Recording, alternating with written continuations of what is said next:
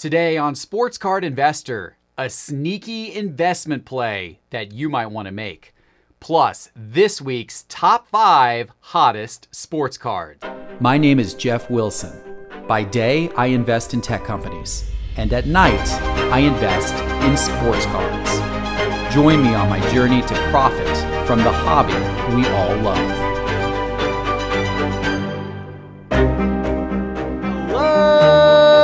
Sports card investors, and welcome to another Top 5 Tuesday.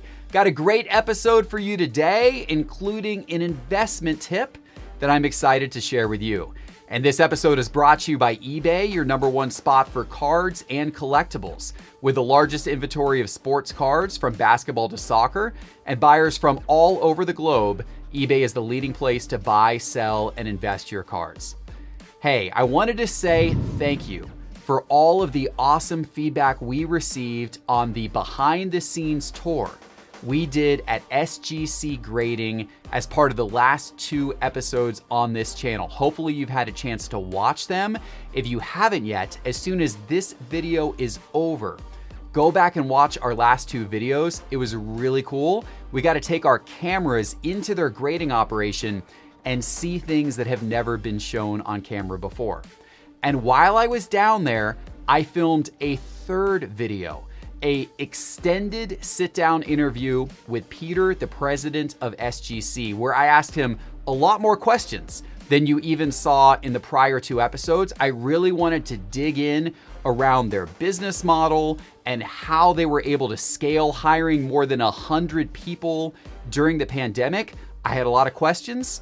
Peter had a lot of answers. Here's a preview of that extended interview. We put every dollar we made back into this. 100 new employees, all this equipment. We have 3 new offices, and we'll shortly be signing a lease on our 5th. I just think, as far as that aspect goes, the building we did. I look back, I say we couldn't have done it better. But the customer relations, the PR side of things, man, I just fumbled the football. Yeah. I mean, what could I say, But look, Geoff, you're here today. We're really we're looking to right the ship. We have a long way. We were talking earlier. This is the 2nd inning of this game, and I really think that when you win the game, people don't look back on that first at bat where you got caught looking. You know. That extended interview with Peter is available right now on our new sub-channel called The Owner Suite by Sports Card Investor. You can go listen to it by searching on YouTube or your favorite podcast platform for The Owner Suite by Sports Card Investor. And not only is that interview there, but also the interview I did last week with Tim, the founder of ComC. We spent 45 minutes talking about everything going on right now with ComC's business. It's an interview you are going to want to hear. And going forward, every week, I'm going to sit down for 45 minutes with the movers and shakers of sports cards, NFTs, and beyond. And I'm going to be putting out those videos and recordings on the Owner Suite. So go subscribe on YouTube and on your favorite podcast platform. You're going to want to catch those episodes. Now, while I was down at SGC last week, I started thinking about a possible investment opportunity.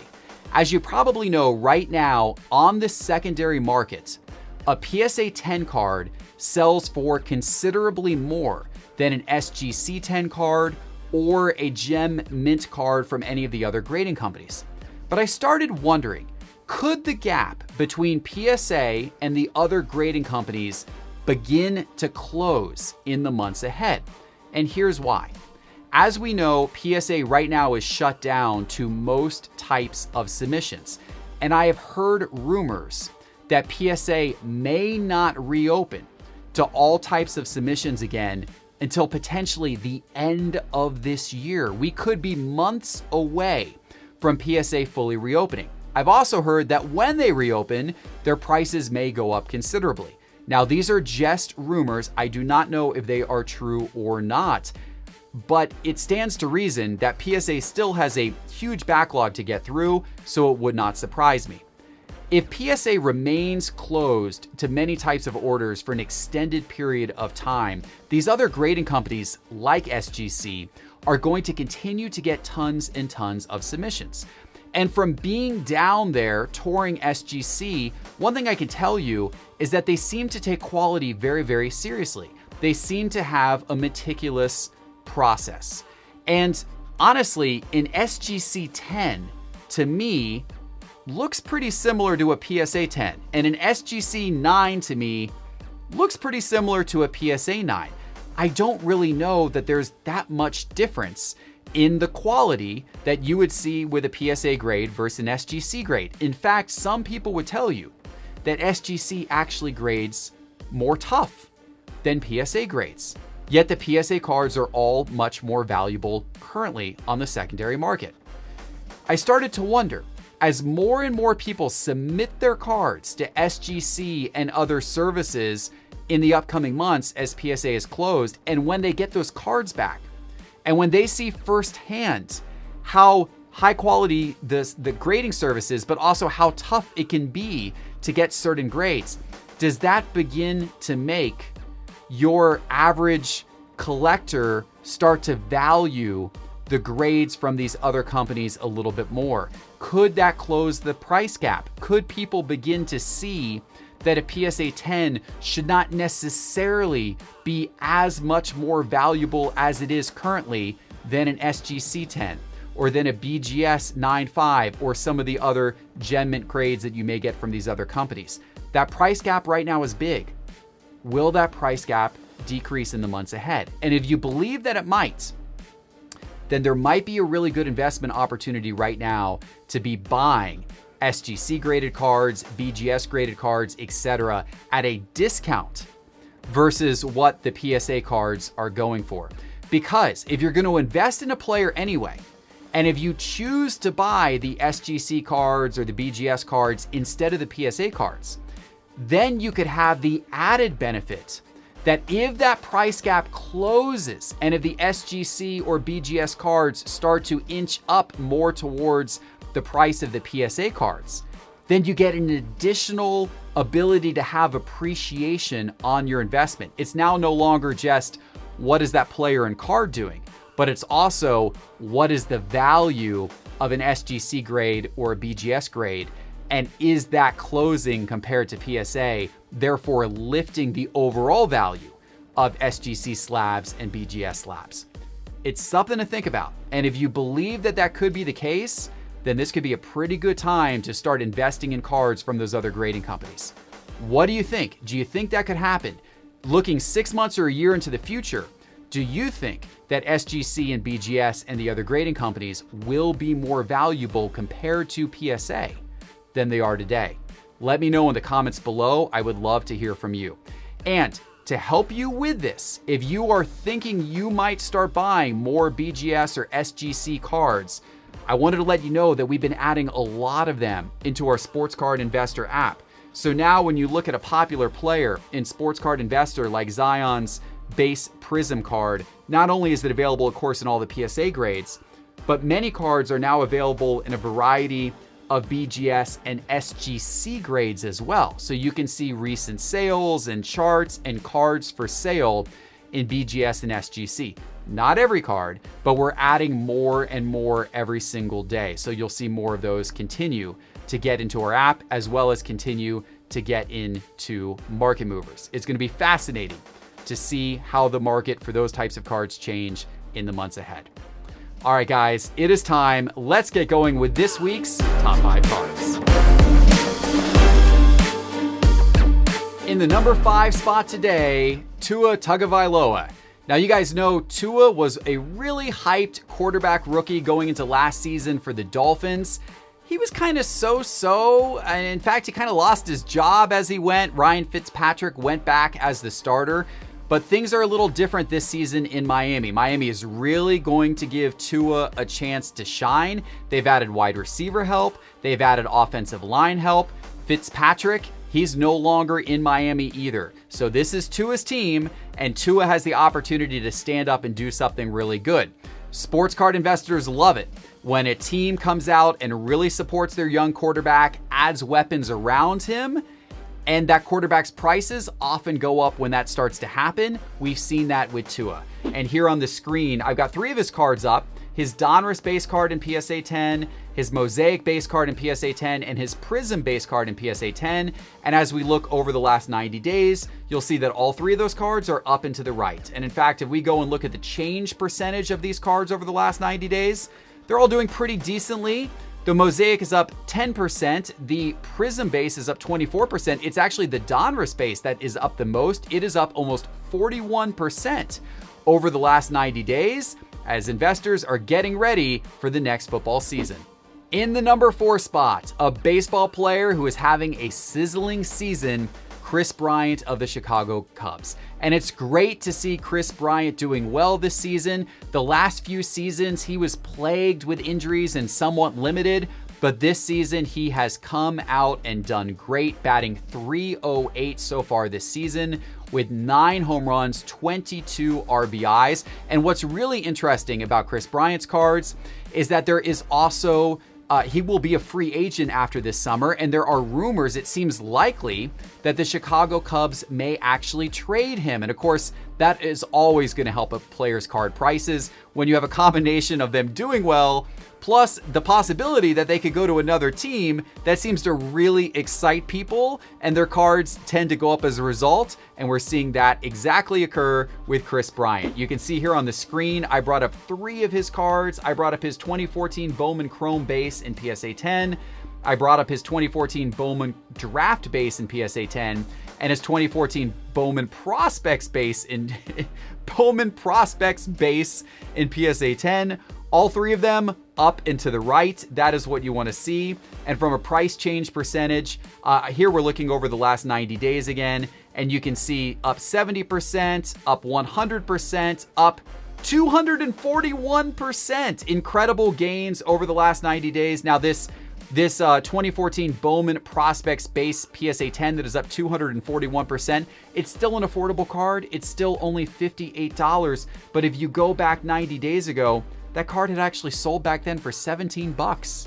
So it's up a ton. And if you have Kris Bryant cards, you are up a ton as well over the last 90 days. Congratulations. Number 3, an NBA player who is absolutely balling and smashing records, Russell Westbrook. He is a triple-double machine, and he is now passing Oscar Robertson with the most triple-doubles of all time. And he has truly been playing great over the weekend. He had a game where he nailed 2 free throws and then got a game-saving block on the other end to keep the Wizards winning, which is important because they're competing to get into those play-in games, and they've been good with Westbrook and Beal when Beal is healthy as well. They're certainly going to be an intriguing team to watch as they get into the play-in tournament. Hopefully they will. It'll be interesting to see what they do. What's very interesting is how much Westbrook's cards have gone up.